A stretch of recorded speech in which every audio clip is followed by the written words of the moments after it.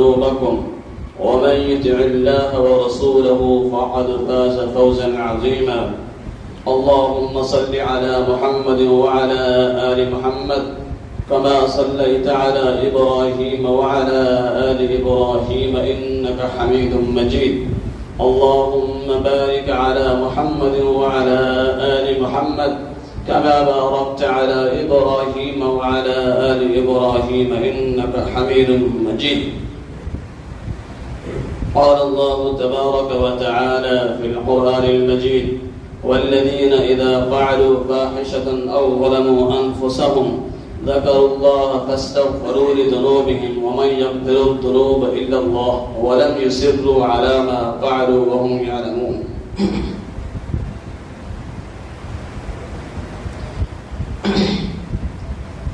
ایک چیز کے دو پہلو ہیں.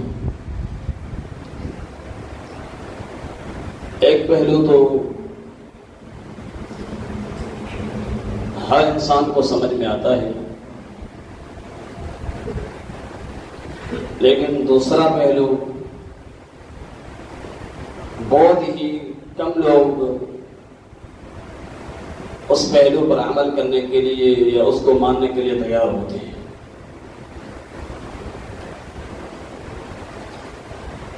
حدیث کے اندر دونوں پہلوؤں کا ذکر ہے. کل بنی آدم خطاؤ وخیر الخطائین التوابون. ہر بنی آدم خطا کار ہے، گناہ گار ہے، لیکن بہترین گناہ گار وہ ہے جو اپنے خطاؤں کے بارے میں معافی مانگنے والا ہو.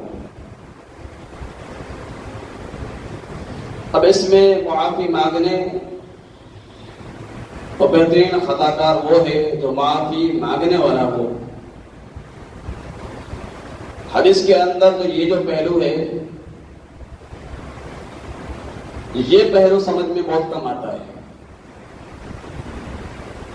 بہت ہی کم لوگ اس پہلو کو اگری کرنے کے لیے تیار ہوتے ہیں. حالانکہ حدیث کہتی ہے کہ اسی پہلو کو ہی اپنانا ہے. اس کا دوسرا جو حصہ ہے وہ کیا ہے؟ وہ ہے معاف کرنا. معاف کرنا یہ سب کو سمجھ آتا ہے. اگر کوئی شخص کسی کے ساتھ بد اخلاقی کے ساتھ پیش آ جائے، برا رویہ اختیار کر لے، اور اب جو شخص برا رویہ اختیار کرنے والا ہے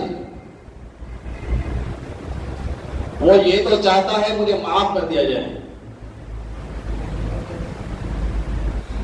وہ یہ تمنا رکھتا ہے کہ مجھے معاف کیا جائے. لیکن حدیث کا جو دوسرا پہلو ہے جس کی طرف اشارہ دیا جا رہا ہے کہ معافی مانگنے والا ہی بہتر ہوتا ہے. اب غلطی کرنے والا اس کی تمنا ہے، اس کی خواہش ہے کہ مجھے معاف کیا جائے، لیکن وہی غلطی کرنے والا معافی مانگنے کے لیے تیار نہیں ہے،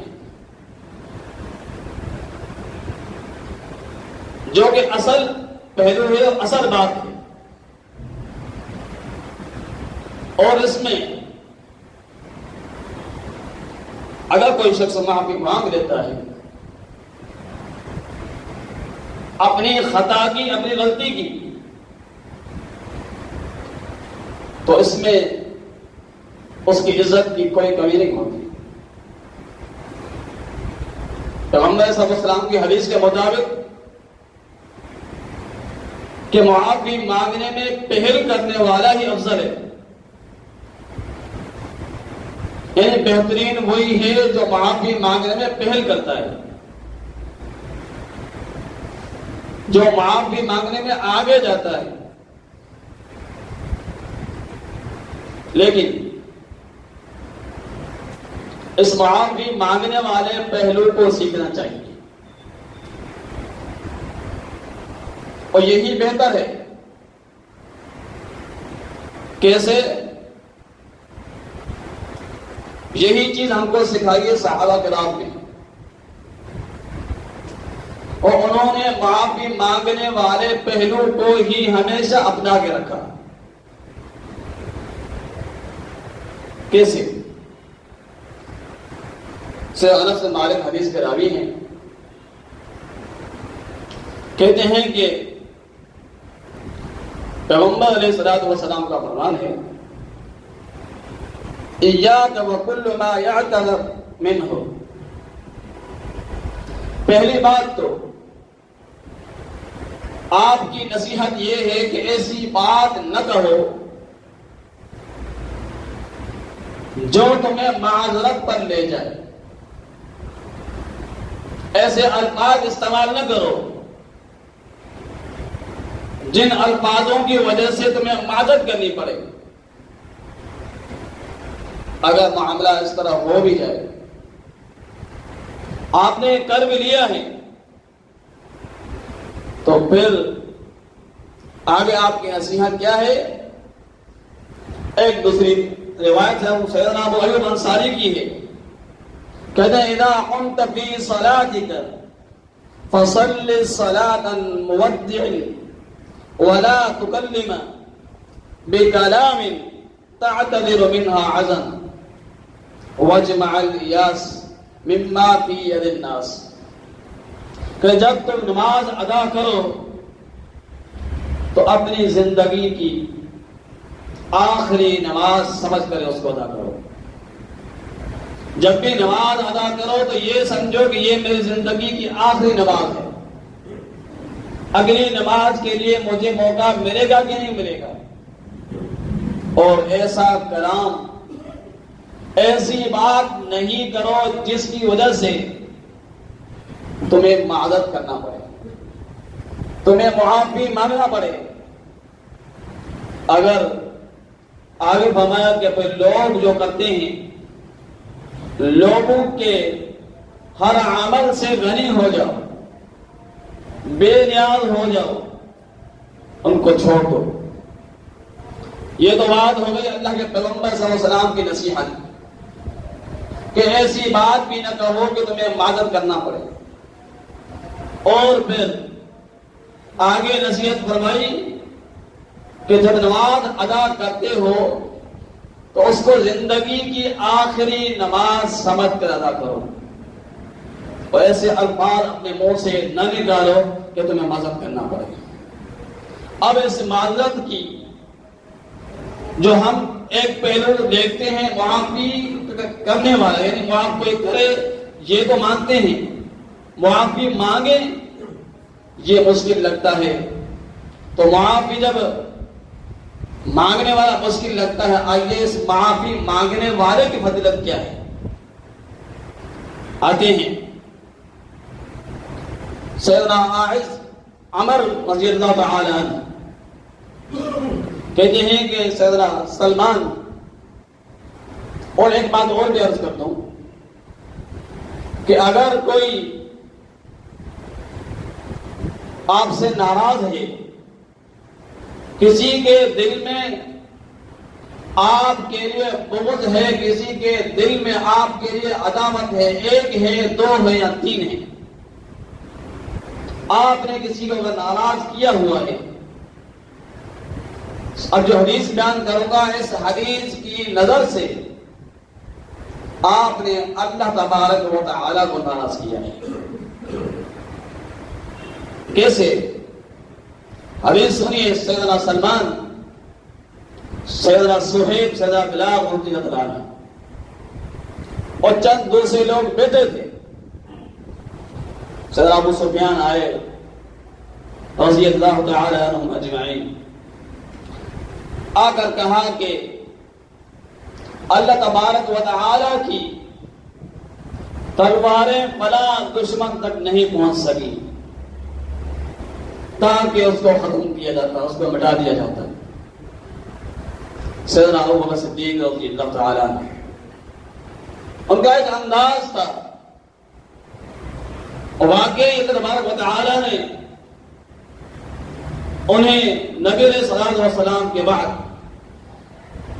پوری انسانیت میں سے جو اشرف کہا تھا، بہترین کہا تھا۔ ان کا ایک انداز تھا، انہوں نے کہا کہ اتقولون هذا للشیخ قریش وسیدهم، کیا آپ قریش کے اس بوڑھے سردار کے بارے میں بات کرتے ہیں؟ ابو سفیان کو جواب دیا، یہ مصلحت کے تحت تھا۔ بات نبی علیہ الصلوۃ والسلام کے پاس چلی گئی، فرمایا کہ یا ابا بکر لعلک اغضبتهم لئن كنت اغضبتهم، کہا کہ ابو بکر شاید آپ نے اپنے ان ساتھیوں کو ناراض کیا ہے جو آپ بیٹھے ہوئے تھے، آپ نے جو الفاظ کہے ہیں ان الفاظوں کی وجہ سے آپ کے وہ ساتھی شاید ناراض ہیں۔ فرمایا کہ اگر تم نے یہ کیا ہے تو یقیناً اللہ تبارک و تعالیٰ کو ناراض کیا ہے، اللہ تبارک و تعالیٰ کو آپ نے ناراض کیا ہے اگر آپ نے ان کو ناراض کیا ہے تو۔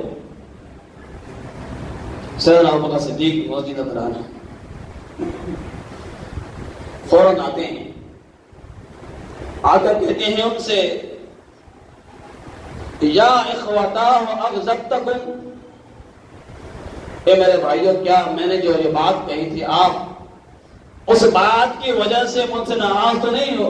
انہوں نے کہا نہیں، اللہ تعالیٰ آپ کو سلامت رکھے، ہم آپ سے کیوں ناراض ہوں گے؟ تو حدیث یہ بات ہمیں واضح بتا دی ہے کہ اگر آپ کے لیے آپ کی زبان کی وجہ سے آپ کے لیے ایک آدمی، دو آدمی، تین آدمی یا چار آدمی ان کے دل کے اندر بغض ہے، عداوت ہے، آپ نے ان کو ناراض کیا ہوا ہے، تو یقیناً اس حدیث کو سامنے رکھتے ہوئے اگر وہ مسلمان ساتھی ہیں، اپنے بھائی ہیں، تو یقیناً آپ نے اللہ تبارک و تعالیٰ کو ناراض کیا ہے۔ استدلال ہے علماء کا، اور آگے ہمارے ہاں تو معاملہ کچھ الٹ